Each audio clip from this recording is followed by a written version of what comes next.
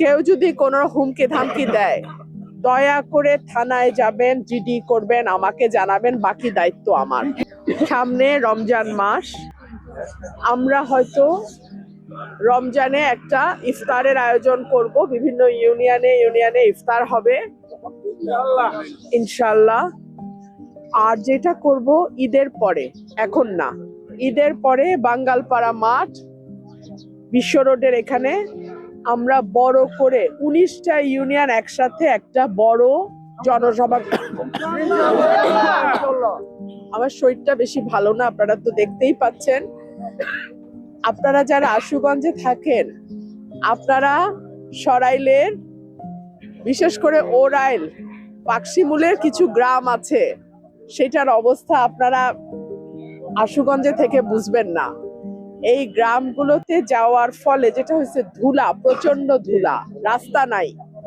So আমার ওই লাঙে কফ জমে গেছে, মানে ধুলায় হয়ে গেছে।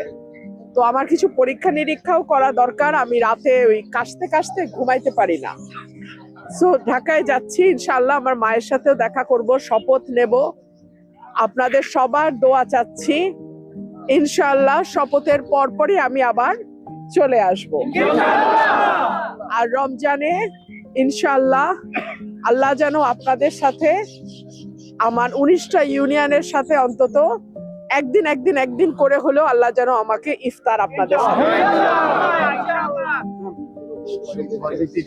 আর কেউ যদি ভয়ভীতি দেখায়, কেউ যদি কোনো হুমকি ধামকি দেয়, দয়া করে থানায় যাবেন, জিডি করবেন, আমাকে জানাবেন, বাকি দায়িত্ব আমার।